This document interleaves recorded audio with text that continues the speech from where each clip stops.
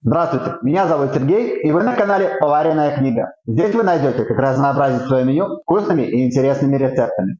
И в этом видео я покажу, как приготовить картофельные ньокки. Блюдо столь же простое, как и вкусное, а вкусное оно до восторга в каждой клеточке организма.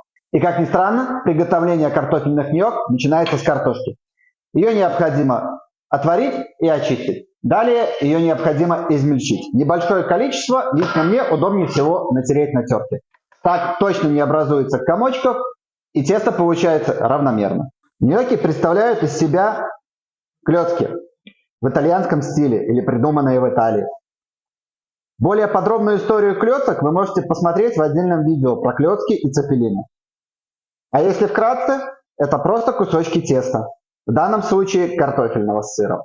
Далее к измельченному картофелю отправляем пармезан.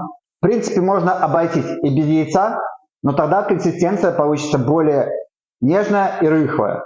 Я добавляю только желток. Так вкуснее. И мука. Примерное количество муки, как и всех ингредиентов, я укажу в описании. Но с мукой есть тонкости. Слишком много добавлять ее нельзя, иначе никакого смысла нет в картошке, можно сделать просто с тестом ньокки. Вкус будет в принципе тот же. Слишком мало, ньокки будут опять же неудобной консистенции. Их будет трудно формировать, и они будут не такие плотные. Поэтому насыпайте сразу чуть меньше. Если тесто продолжает липнуть к рукам, когда вы его перемешиваете, тогда добавляете еще. Тесто должно по итогу получиться, как и для пельменей, как и большинство блюд, не липнущее к рукам.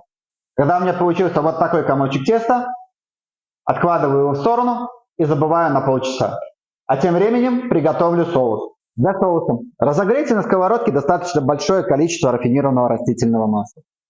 Добавляем туда лук и обжариваем его, пока не пропадет луковый запах, вот этот невкусный. Когда лук лишился своего неприятного запаха, добавляем грибочки. У меня они сушеные, я их заранее вымочил в воде. Можно использовать абсолютно любые, но сушеные дают более сильный и приятный аромат. С грибами не торопитесь, хорошенько их обжарьте. У меня как сушеные, я их сразу размочил, чтобы с них вышла лишняя горечь. А теперь я их высушил практически, чтобы усилить аромат. И когда это произошло, добавляем самые жирнючие, самые вкуснючие сливки. Проварить их буквально пару минут и оставить в горячей посуде под крышкой. Они сами дойдут, пока я буду заниматься клетками. Настало время формировать клетки. Для этого немного муки на стол, чтобы не прилипало сильно.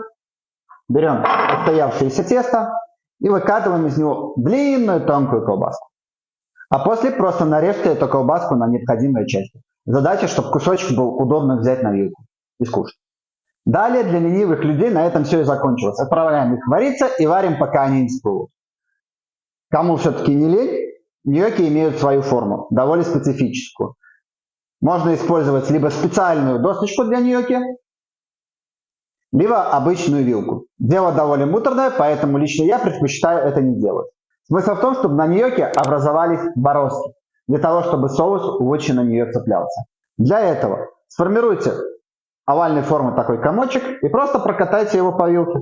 Образуются вот такие бороздки, за которые, по идее, соус должен зацепиться. А после их отправляем в кипящую подсоленную воду. Я еще добавляю немножко оливкового масла для средиземноморского аромата. И варим, пока они не всплывут. Ньокки сварились буквально за пару минут. За это время уже подогрелся соус. И теперь прямо с отсюда их соус. Томить не надо. Просто перемешали и выложили в тарелку. Забыл сказать про соль. Сами ньокки ничего добавлять не надо. Там пармезан, он сам по себе соленый и ароматный. Соус же необходимо немного присолить. По желанию можете посыпать еще немного любой зелени. Петрушка подойдет просто идеально. Это прямо итальянская фишка. И подаем их сразу, не давая остыть.